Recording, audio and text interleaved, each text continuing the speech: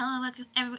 Sorry, we do. Okay. Okay, no, we'll keep rolling. Hello, welcome everyone. Tutu here. Hello, everyone. Grace here. And welcome to Mooncake Bookclub. Yay! Today, we're actually not talking about a book. Yes, this is our first movie episode. Yes, we're talking about an animated movie, Cosmic Princess Kaguya. And it's out on Netflix right now if you want to see it. I really wish I could see this in theaters, but this did have a theatrical release. Yes. So it's a Netflix original film. It's so good. Oh my gosh, I love yeah. it. I love it so much. I saw clips of it around, and then Tutu finally convinced me to go see it. Yeah.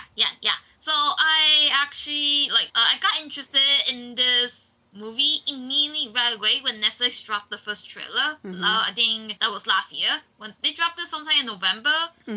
I was immediately drawn in by the colorful character designs and music. Absolutely. When they dropped World Is Mine remix, I was like, oh, I knew this movie was for me. I love Miku. Miku is queen. Yeah, if you're a Miku fan, this is for you, yeah. Yeah. World Is Mine is it's just an iconic song. Everyone who loves anime probably knows that song. Oh, yeah, absolutely. Like, it's for those of you who don't know, well, I can't get into the whole, what is Vocaloid, but basically, World Is Mine by Hatsune Miku is, a classic anime song. I think it came out in, 2001 or maybe even earlier than that. Wasn't it 2007? 2007? Yeah, Miku, came out in 2007. Oh, my God. Maybe my sense of time is getting all skewed up. Oh, no. That's not good. That's okay. So, we saw this together in February. Yes. Yeah, it was so fun. And also, it was so funny. We put this on during a party. And then... it was a birthday party. And then I loved, the animation and art style. The story, I guess it's just because I've, read so many stories. I'm like, oh, I know what's going to happen. Literally, you were there, right? When, it was a flashback scene, and it was the main character and her father. And then I'm like, the father's dead. Literally, the next scene is the father's funeral, and everyone was crying, laughing, and I'm like... I know what this is about. This is an anime protagonist. Of course her father is dead. But that's just the beauty of seeing this with other people. It's such a joy to experience this. It was I will remember that forever. But yeah, I love this movie a lot too. Do you want to summarize the story real quick? This will be a spoiler section. Yes, we're gonna head into I guess somewhat of a spoiler territory. But so, Cosmic Princess Kaguya is a reimagining of Tale the Bamboo Princess. It's set in a modern setting. It's about a girl named Iroha and her encounter with an alien princess, the name of Kaguya. Yeah. It's also a bit of a coming of age story for Iroha, as she is still trying to figure out and navigate through life. Yeah. Iroha is very independent and stubborn and lives on her own. She's determined. She's the top grades. Yeah. Yeah, she has a complicated relationship with her mom. Yeah. And that informs a lot of her stubbornness as well. Yes. Yeah. Yes. So when she meets this version, I guess, of the Bamboo Princess, Kaguya, as a little baby in a telephone pole. Yeah. And then she's like, oh, no way, this can't be happening. But of course she ends up taking the baby home, and the baby grows up super fast and then becomes the same age as her in 2 days. 3 days later, Kaguya is a full-grown adult who is driving Iroha mad because she's spending money. She's chaos incarnate, chaos gremlin. I have to give Iroha a lot of credit. I would have lost my mind already, but Iroha has so much patience. Yeah, I think, despite her misgivings, of course she's, yelling at her and is frustrated with her, but Kaguya also is, a quick learner. She was a baby 2 days ago. I think what they were going for, this is my interpretation, is that, they were going for, a spiritual successor sequel to the Tale of the Bamboo Princess. So, this is a Kaguya who's come back to Earth, but now Earth has become so much more modern than the ancient Japan that the original fairy tale was set in. So she's overexcited and wants to find her story, wants to find her niche. The moon is so boring. The Tale of Princess Kaguya is an ancient fairy tale where this a bamboo cutter finds a baby like this size in a stalk of bamboo. Then the baby grows up, and then she becomes so beautiful, and like the farmer family, the bamboo cutters family, becomes super rich, but the people from the moon want Kaguya back, so they steal her from the emperor's house because she's so beautiful. She's caught the eye of the emperor, but they like drape her in like celestial robes, and she forgets everything about Earth. So I think what they were going for with this is that Kaguya has found the moon boring again, and she wants to come back. But in this world, it's a little bit like what do they have? It's virtual headsets. Yeah. Headsets. So this is like modern, but with slightly advanced technology. So they have like these. Yeah, because the movie takes place in the year 2030. Really? I missed that part. Yeah, it takes place in the year 2030. VR headsets got into VR lenses. Yeah, like VR contact lenses. Yeah. Yes. And pretty much, they dive into this virtual world. That's pretty much just VR chat. Yeah, so like what you see on the poster here is like technically they're VR avatars, but yeah, it's sort of like how do you say? Would you say it's like a sandbox game, like Roblox, like VR Roblox? I never played Roblox. I never played Roblox either, but we can. Is that what the kids are into? Yeah, but like in this world, oh wait, what's the world called again? You remember, right? Tsukuyomi. Yes, it was that. Yeah. So lots of inspiration from Japanese mythology.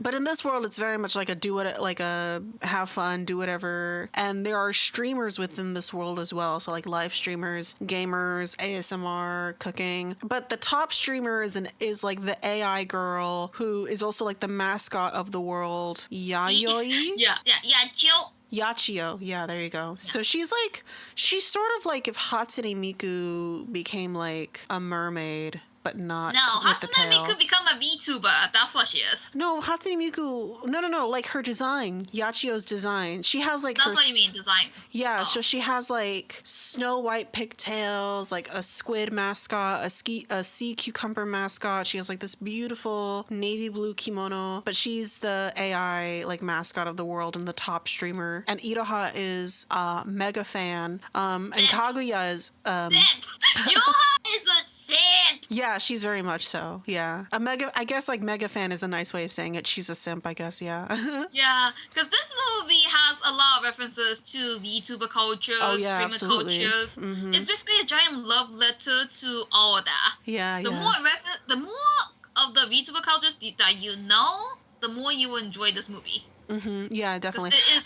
And I was really surprised that they actually had like, if you've ever watched other VTubers, they have, if you're watching this, you can see Tutu right here. She has like a 2.5 dimensional look about her.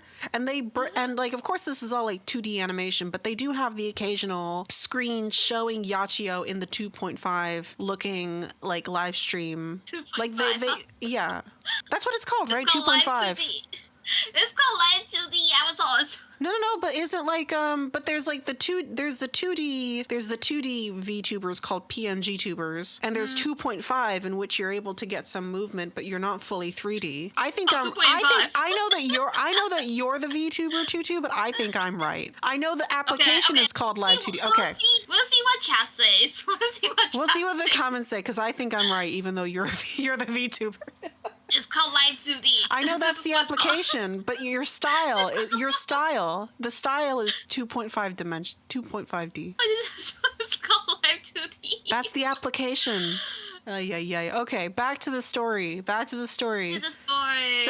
Kaguya joins Iroha in this virtual world, and then they meet Yachio, and then what happens? Yachio announced that she's gonna have a collaboration event to whoever gets first place in this tournament. Because of Iroha being a mega simp, this got Kaguya jealous, so Kaguya announced in public that she's gonna win that tournament. Was it because she was jealous of Iroha's simping, or was it because like Kaguya like wants to accomplish the dream? Because of Iroha's simping. Okay. Yeah. Because like the thing that Kaguya wants is that she wants to find her thing. Yeah, but you also need to realize that her thing is to be with Iroha. She's trying to win over Iroha. I guess that's true, because Iroha does make it clear that, hey, like, once you get your fill, you have to leave. But then, like, Kaguya wants to... She's trying to get her happy ending. trying to make her to stay. Yeah, make her stay. Okay. But Iroha is the type of simp that she doesn't feel like she's like worthy to get close to Yachio. But Yachio, because she's AI or whatever, or like because she's able to like manipulate her form, like she's able to talk to Iroha and be like, hey, I want to see what you do. And then Kaguya's like, bet, we'll do it. You have to be. So the contest is first place goes to the person who gets the most followers in a certain amount of time. Kinda, something like that. Yeah, I think it was You're supposed to get votes. Votes? Oh, I thought it was followers. Well, one of those things. So this is where Kaguya started streaming. She's trying to build her base for herself, and she's doing great. She actually starts out very poorly, and I thought that was really funny. And like that just goes to show that you just can't like it's tough going to start. Like she tries to do like a PNG tuber, but like the avatar looks like ass. And like her background music is just like discordant notes on a piano. And the stream lasts like 2 minutes, and then she turns off her piano. She kept going, okay? What matters is that she kept going. She didn't give up, and she eventually like managed to reach the top 10, which eventually the guys that was at the top number 1 spot challenged Iroha to a game. Yeah. Basically captured the flag where they had to Yeah, it's sort of like a fortress invasion. I don't know I don't know enough about video games to like remember. Is it Clash of Clans? I don't know. But basically it's like a fortress defender type game. And like the top streamers like challenge Iroha to a game. But then you find out that like and then you find out, one of them is he's actually Iroha's brother. Yeah, that was so funny. And he and his team is pretty much beating the crap out of Iroha and Kaguya. Yeah, so they have like a 3v3. And Yachio actually joins their team, and like it's like hand wave away. It's not really cheating, but sorry, because like I have one ear out for this cat. I'm babysitting a friend's cat, and I have an ear out because he's a menace. Okay, I think it's fine. What was I saying? It's so funny the way that Iroha treats this guy, because of course everyone's fawning over him because he's like the top streamer, and she's like, "What the fuck do you want?" And he's like, "Mom misses you. Like you gotta call and come home." And then she's like, "What do you get if you win?" And Mikado's like, "Oh, I'll have Kaguya's hand in marriage," or whatever it was. And then he's like, okay, but what do you want if you win? She's like, I want a guarantor for a new apartment. And I feel like they have like they don't interact a whole lot in this movie, but they have really solid sibling energy. Like that like low key thrum of annoyance that like is behind every word, but like you can tell by the end that they're still connected. They like still have each other's backs. Still care. Yeah, even though like he moved out and she moved out, and like he still talks to their mom and and she doesn't. But you can tell there's a lot there. It's not the focus of the story. It would be really cool. Mikado and his team, Black Onyx, really cool. Yeah. And but they get like some of the best fight scenes in this movie, because even though it's an idol movie and it's 2 hours long, I was so surprised by the amount of action there was in this movie. Because, like, I guess they wanted to, like, cover the bases of all different types of VTubers. So they have the idol VTubers, the gamer VTubers, stuff like that. Yeah. So after the tournament they did, Kaguya won. Yeah. Despite them losing the game. Yeah, because it was based off of followers or votes, yeah. They had that collab. Yachio sings World Is Mine. I loved it. I loved that part. Yeah, so they have like a big mega concert and they sing World Is Mine. Did they sing 2 songs or 1 song? They just sang the one, right? They sing 2 songs. Okay, yeah. They sang 2. World Is Mine, and then the other one is X Otogi Banashi. And like they actually, the thing about Iroha's like a freaking genius, right? So she also produces music. So she and Kaguya produce music together, but like Iroha was like too shy to have Yachio sing one of her songs. But then it was at the end of this concert that like these like mysterious beings, and it's so interesting, like, because I couldn't tell if these mysterious beings were like in the real world and in the virtual world, but they come into the virtual world and they try to take Kaguya away, but luckily their friends fend them off. Aliens. What? Wow, aliens. Yeah, they're pretty much aliens. The aliens come in, try to take Kaguya away, but then Yachio intervenes, so they like, alright, fine, we'll come back on this date to pick up instead. They like leave a date behind. It's crazy. Yeah. So during the downtime, Iroha and Kaguya basically went on a little date where they where Ilha, I guess she sort of come to terms that she wants Kaguya in her life. So after the date, she went to her friends and brother and basically say, please help us defend and save Kaguya from these aliens. This results in the climax of the movie, which is like amazing fight scenes, Sakuga everywhere, like holy hell. Because they frame it as sort of like, oh, this is going to be Kaguya's graduation concert. So in the world of idols and VTubers, they don't retire or they don't quit, they graduate. Yeah. So if an idol wants to retire from being an idol, or do they still call it graduation if they move to a different group or go solo? I think they do, right? Yeah, it's still called graduate. Yeah, because a lot of idols and VTubers are like, I guess for lack of a better word, is owned or managed by a company. So I guess it's just nicer. And also, I don't know, I feel like there's like, I can go into a whole thing about like the infantilization of like J-pop idol girls, and like graduation is making it cutesy instead of the fact that these are adult women who want to retire. But anyway, they call it a graduation ceremony, and she's decked out. And it's sort of like, it's called a graduation ceremony, I think, to hide the fact that these are aliens. Like they framed the fight as if it were a show. But they are actually trying to fend off these aliens from taking Kaguya away. Yep. But in the end, Kaguya still got taken away. The celestial robe was draped on her, and she looks like she's forgotten everything. There's no celestial robe. They just put their hands on her, and then she just went. I swear they put something on her. No, she was wearing that outfit already. But they put something. I think they put something over her. Like the celestial robe was like a big deal.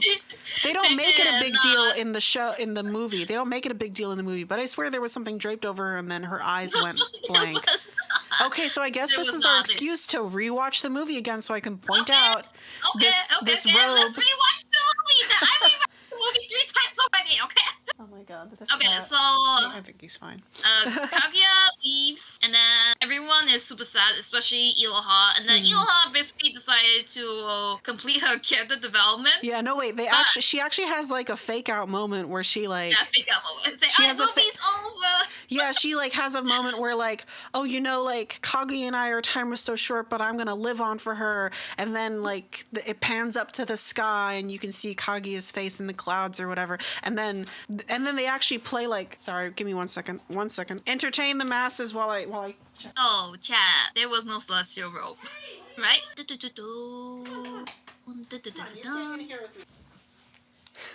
Okay, because he got on my oven top, my stove top. Okay, so I'm trapping him in the room with me so he doesn't cause any more mayhem in the kitchen. Okay, where did we leave off? Fake out. Okay. Yeah, so she's like, oh, our time with Kaguya was so short, but I'm gonna take the lessons I've learned and live the rest of my life. And she looks and finds Kaguya's face in the clouds, and then Netflix credits start playing. I remember when that happened. You were upset. I was laughing. Yeah, I was like, this is so weird. What the hey happened? And then it cuts off automatic. She's like, forget about it, frick that. I'm gonna go find Kaguya. So, not correct. She's gonna finish the song, because she never finished the song. Oh, okay. Yeah, so there's this song that, like, she and her father started writing together or something, and then, of course, the dad died, so she couldn't finish it. So she gonna finish writing the song, and then she tried to send it to Yachio, because at that point, there's a lot of foreshadowing of what the hell's up with Yachio. Okay. And then eventually, it comes to we finding out that, Yachio is Kaguya, just 8,000 years into the future. And then, time travel shenanigans, she got stuck in the past. So they talk it out, but Yachio was omitting a lot of details to a point when Yachio fell asleep. Iroha went to Fushi, the sea cucumber, to see all of Kaguya's sad memories. Yeah, because when they reunited, like, Iroha's like, tell me, like, all 8,000 years of let me catch up with you, because like for me it's only been like a few days, but for you it's been 8,000 years. I want to know everything.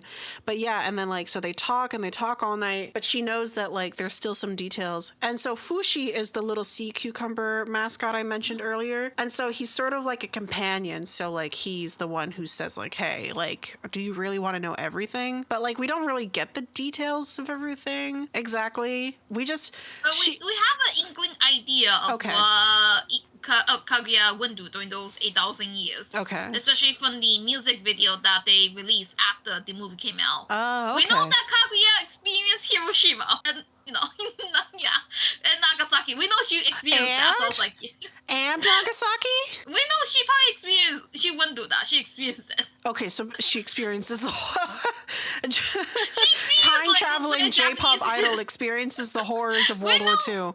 Yeah, we know she experienced World War II, okay? Oh my god, that's crazy. Because we get little inklings of like a montage. Because she's kind of trapped in some bamboo-shaped spaceship or something, right? So that's why Fushi is sort of like her what's the word? Emissary? Something like that? Either way, Ioha decides to make it her life mission to rebuild Kaguya a new body, which she did. We got a 10-year time skip. She managed to... Yeah, this girl is a freaking genius. Like, she's like the top of her class. She's also like an multi-instrumentalist music producer, and then also is like, okay, fuck it, I'll major in robotics for 10 years so I can make my girlfriend a new body. What? Yeah. And then in the end, she made her a new body. They have one last final concert, and then the movie ends. Happy ending. It's the Kaguya reunion concert. Yeah.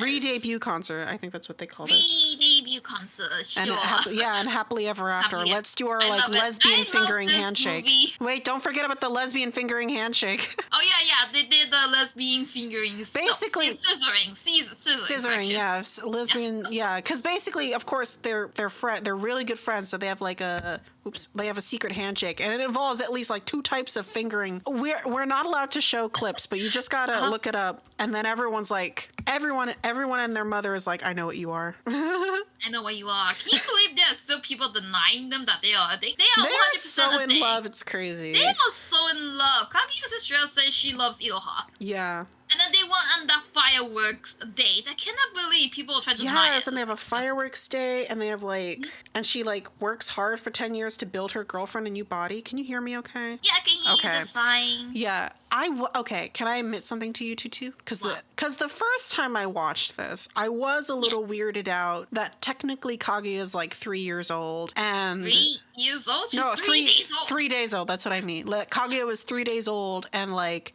And she like develops such a close bond. And then it like gets even weirder when then Kaguya becomes Yachio, and now all of a sudden she's like 8,000 years old. And then I think after my second watch, I was like, well, I came around to it because it's all like time magic shenanigans. For me, it's more the lines of she did not raise her. Yeah.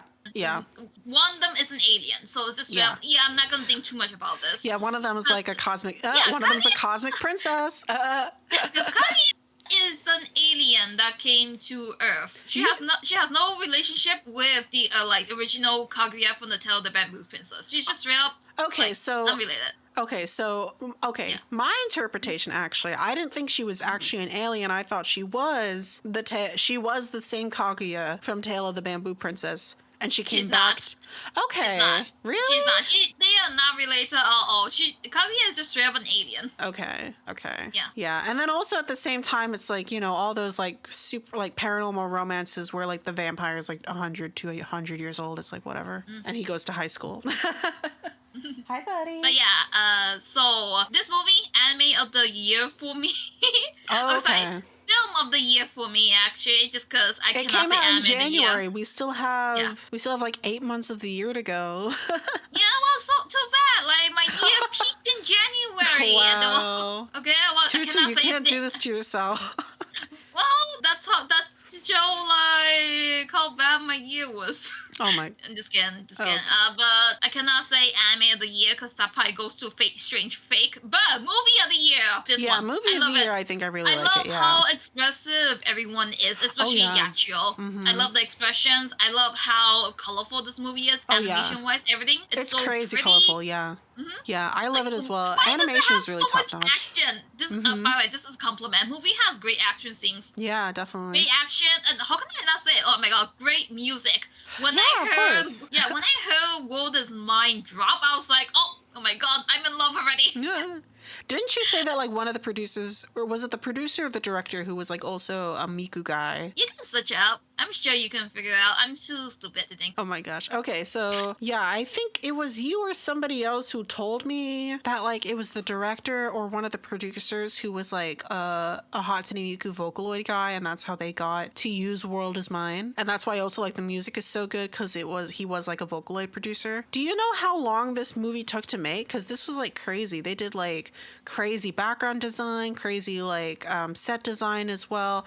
They have like tons of different like how to say. There's like the typical look of the VR world was like very like ancient Japan inspired, but then they have like the battle scenes and also a lot of sci-fi tech, and also like the designs of all the costumes were really good as well. Even like characters you barely see, like very minor side characters, I thought their designs were great and really solid. Like honestly, like very clean animation as well, very clean, really good voice acting as well. Yeah. Yeah.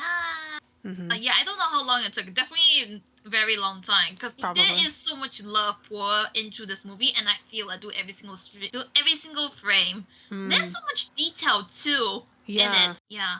Like for me, by the end of, cause like for me, by the end of this movie, it left me wanting more. I want spin-offs. I want more light novels. I want more manga adaptations. Yeah. I want like a whole franchise on the side, or a TV show of some kind. Please give me more, because I want to know more about the side characters. I want to know about like what's up with her brother. Like in the light novel, it's confirmed that the brother and the crossdresser, no way, they're married. Oh yeah. They are married and they are roommates. I was like, what? And then someone pointed out in the they're 10 married years, and they're roommates. all have things on them. I was like, what? Okay, so back up. What's up with them? So the film actually took only like 3 years to make. That's crazy. And yeah, so they have 1, 2, 3, 4, 5, like 6 Vocaloid producers like on the score. That's crazy. Wow. Yeah. And then there's also a Kendo guy where it's revealed that one of Iroha's friends, Roka, actually has a one-sided unrequited love for Iroha. Which I'm like, what? What? Back up. She likes Iroha? Oh damn. She honestly, she sure won, but you know, Kaguya came in and just, you know, changed the story. Oh, okay, wait. I just found something. So the decision to include Vocaloid producers came after Yamashita realized that Yachio's characteristics and design had similarities to Hatsune Miku. I see. Oh my gosh, it's so funny. So they're like, "Whoops! I accidentally added Hatsune Miku here. Well, I better get the guys in on this." There is like a downside I kind of wish they did like better at, was be like the world really know too much about the VR world that they go to. Because I'm like, in my mind, I'm just like, okay, VR chat. But then they played this capture the flag game, which I didn't really understand the rules of. Yeah, I mean, I think the whole thing is like rule of cool, honestly. For me, it's just like them trying to flex the fact that, yeah, cool action scenes goes here. Yeah, definitely. I was so confused when they killed off that giant lobster. I was like, what does the lobster have to do with this? Yeah. Wasn't the creation of the VR world like Yachio? Because she... Yes. Yeah, so because she is the one who knows what's going to happen. So she like... When she accidentally goes back in time, she's the one that is like, hey, I want to make this happen because I got to see Iroha again. I think that was like briefly touched upon in the montage. She also started her own legend, technically. Yeah, pretty much. Yeah. Yeah. I think this would be really good if they like... I don't know. I feel like at the same time the story is done, but like you said, if we get like spin-offs of other characters and their stories. The brother. Yeah, the brother. Also, have you ever seen Summer Wars? I heard of it. But you haven't watched it? I heard of it. Oh my gosh. Okay, we have to see that one. That one is like, there's no lesbians in it, but it's a really good movie. It's a it's a Mamoru Hosoda movie, and it also has like gaming elements and like VR elements. Okay. Yeah. I just wish this movie has a little more better world building going on, because I know that it has no like food taste, but other than that, like anything else? Yeah, I mean, I feel like if they made this a series, then that would be like really good screen time to like explore world building, but I think for a movie it's really tight. I think it's a really good tight movie. Like sometimes I think anime movies can either be incomprehensible or like too long, but I think this is like, how this to say, they like out was long. I wish it's longer, but yeah. I think like what they wanted to keep was like just enough to keep the story going without like losing people. How do I say this? It's like sometimes when you want to like trim down a story, sometimes you can actually strip too much back. But I think like they still kept, like, they had their cake and they kept the icing on it, but they didn't like overdo it with the sugar. You know what I mean? So you had like it's a good cake. Because like the main spotlight goes to Iroha, Kaguya, and Yachiro. Yeah, this exactly. This is their movie. This movie is about them. Yeah. So if they ever in the future, if they ever want to like continue or explore the side characters, I'm sure like they have plenty of ways to do it. Yeah, absolutely. Brother.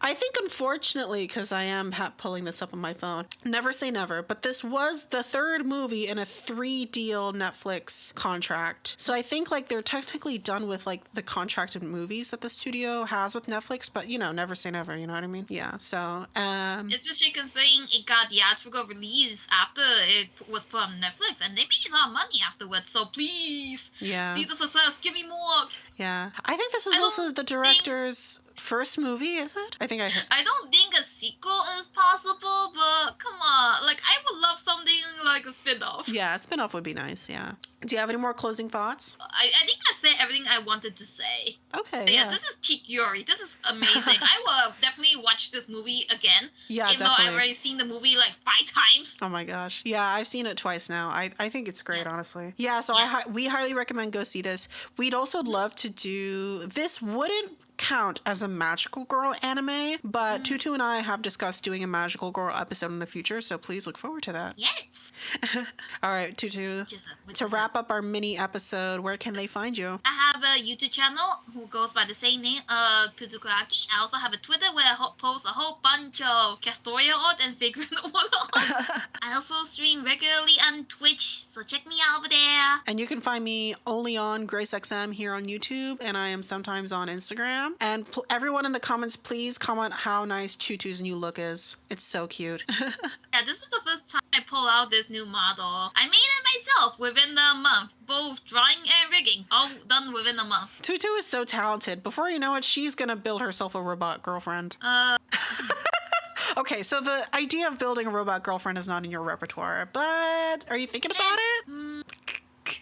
I'm gonna be honest, relationship is one of those things like I just don't think about, so maybe assistant would be nice. A robot assistant. Yeah, a robot assistant would be nice. Someone to like cook for me and give me massage when I'm down. Oh, that sounds really nice. All right, you can build me a robot assistant too. Okay. All right, thank you so much for watching, everyone. Please go check out Cosmic Princess Kaguya on Netflix. # not sponsored yet. Not sponsored. All right, bye-bye.